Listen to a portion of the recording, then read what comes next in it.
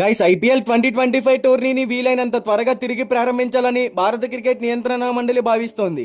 ఇందులో భాగంగా మంగళవారం మే 13 నాటికి ఆటగాళ్లందరినీ జట్టుతో చేరేలా చూసుకోవాలని ఫ్రాంచైజీలకు ఆదేశాలు జారీ చేసినట్లు సమాచారం.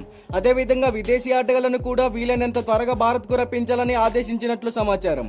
ముందుగా నిర్ణయించిన షెడ్యూల్ ప్రకారమే మే 25న ఫైనల్ నిర్వహించేందుకు బీసీసీఐ ఏర్పాట్లు చేస్తున్నట్లు తెలుస్తోంది.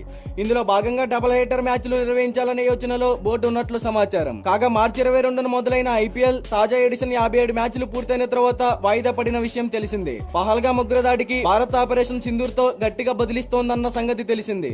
ఈ క్రమంలో భారత్ పాకిస్తాన్ మధ్య పరిస్థితులు ఉద్రిక్తంగా మారాయి. ఉగ్రవాదులను లక్ష్యం చేసుకుని భారత్ దాడులు చేస్తే పాకిస్తాన్ మాత్రం సామాన్యులు భారత సైనిక స్థావరాలపై దాడులకు తెగబడింది. అయితే భారత సైన్యం వీటిని సమర్థవంతంగా తిప్పికొట్టింది.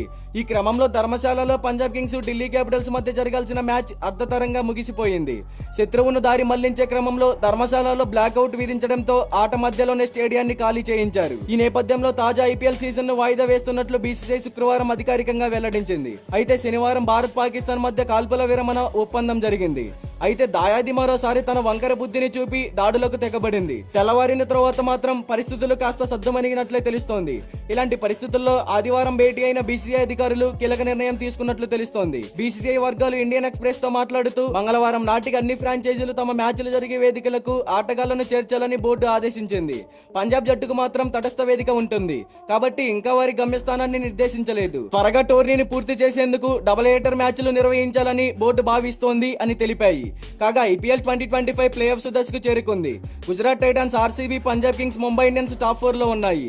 ఆ తర్వాతి స్థానాల్లో Delhi Capitals, Kolkata Knight Riders, Lucknow Super Giants జట్లు ఉన్నాయి.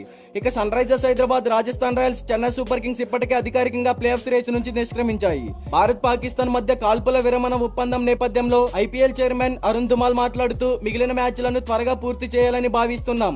వేదికలు, తేదీలు కొత్తగా ప్లాన్ చేయాల్సి ఉంటుంది. స్టేక్ హోల్డర్లు, జట్ల యజమానులు, ప్రసారకర్తలు ఇలా లీగ్ లో భాగమైన ప్రతి ఒక్కరితో చర్చలు జరపాలి.